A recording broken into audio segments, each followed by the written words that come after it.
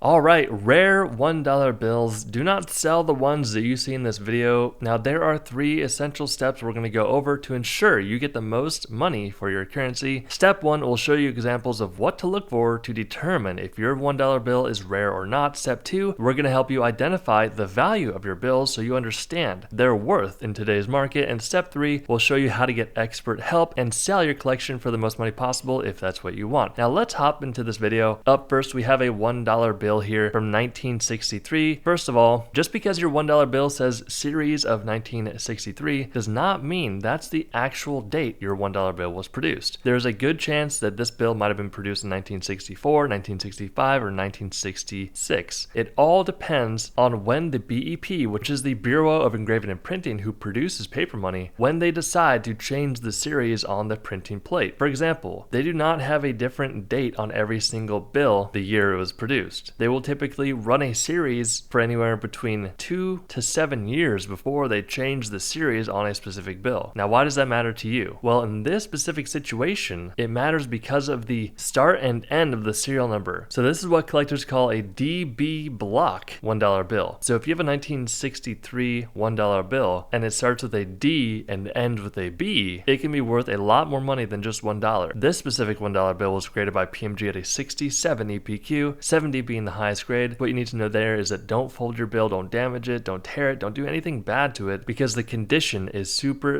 important. This $1 bill someone was able to find and sell for $120. Now this is a genuine, real $1 bill. When a lot of people see something like this, they think it's fake. This is what we call a silver certificate. So back in the day, you could literally bring this $1 bill to a local bank and they would give you silver in return. Such a cool concept. We wish they still did today. On top of that, this is what they call a experimental note. We'll keep this very brief, but look at that small red S. That S means that when they were producing this bill, they marked it saying that this is an experimental type of paper. They wanted to see how this specific paper would hold up in circulation before they started producing millions of these bills. What they ended up finding is that this paper type was not good, so they reverted back to a different type of paper. All you have to know here, guys, is that if you have a silver certificate that looks like this with an S on it that's red, or sometimes they'll have an R, that means you have a very collectible item and you want to get the most money for it. So hold on to it safe, because we're going to tell you exactly how to maximize that value and find someone trustworthy. Here's a great example, another genuine $1 silver certificate bill, this one from 1928, and it sold for $1,110. That's a lot of money for a little $1 bill. So back in the day, the early 1930s, there were people getting these for just $1. And imagine coming across a horde of these and being able to sell this $1,110. So here's a listing that I found was really cool. I'm glad that we found this one and put it in the video, because this one sold on eBay for $1,266. Now this is a 2017 $1 bill. First of all, if you're selling your banknote online, please take better photos than this person. They took very poor quality photos. In the first photo, you don't even see the whole banknote. You want to make sure that you take very clear photos that shows the whole banknote front and back. The lighting's good. Now this may seem silly, however, I guarantee you, because I used to do this, buying and selling banknotes online, I would literally go after a listing like this, buy it because the pictures look bad, and then I would literally just relist it online a week later with better photos, and I would make hundreds or sometimes thousands of dollars just on having better photos. So please, photos are super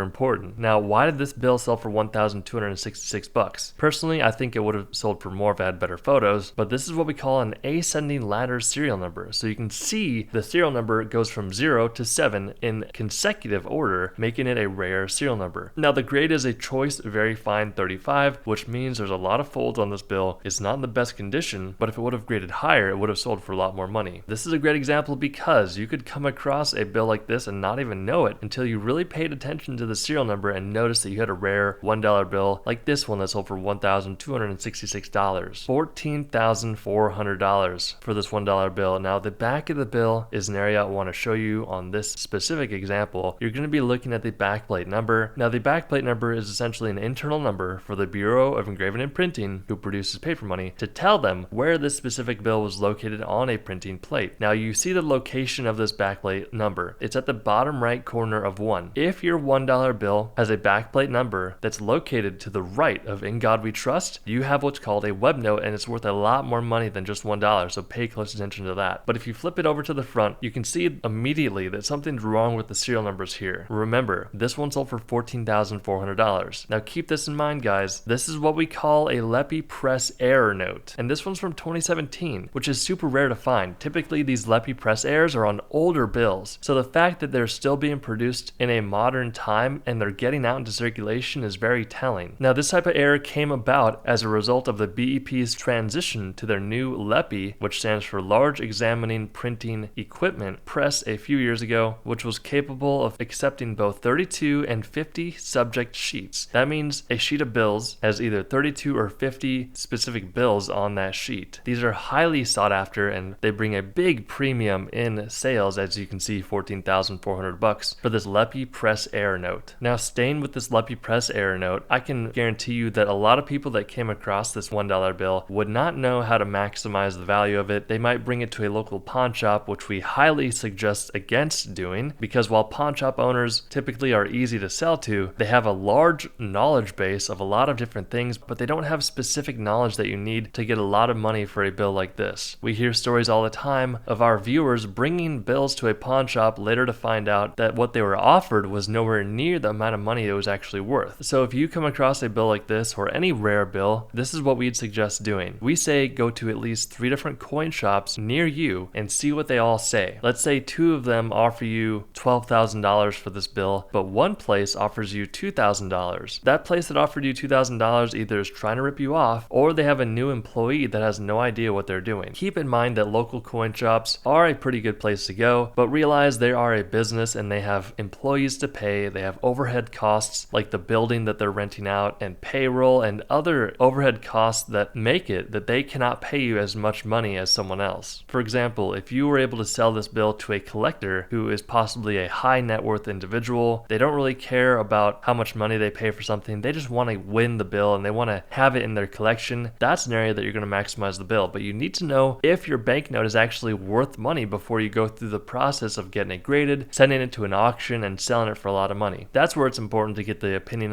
of multiple people. Make sure it's actually a legitimate thing that you want to spend time and money on. Now, instead of driving around to different coin shops and getting their opinion, what you can also do is you can send me and my team photos of your paper money or coins, and we'll let you know how much it's worth, where to sell it, and how to maximize the value for that specific collectible. Now, what you can do to learn more is click the link down below for the Coin Value Club, and you can cancel at any time. And if you think about it, between time spent driving around to coin shops and the amount of gas money that you'll spend, it could cost you hours of your time and a lot more than the gas. We've heard a lot of good feedback on this, so you can learn more below. But let's hop to this last $1 bill that we're going to go over that sold for $16,800. This is a 2009 $1 bill that is a solid number 7 serial number. So keep this in mind, guys. If one of the serial numbers in this specific bill was a different number, say it was a 1 or an 8 instead of a 7, it would have sold for a significantly less amount of money because it's not a solid number 7 serial number. You can even see that PMG designated it as a solid number 7. This is a very collectible note, very sought after. There's a lot of dealers and collectors out there that want this note in their collection, and that's the main reason why it sold for $16,800. Now, if you enjoyed this video, it would help us out if you hit that like button, and we'll see you in the next video.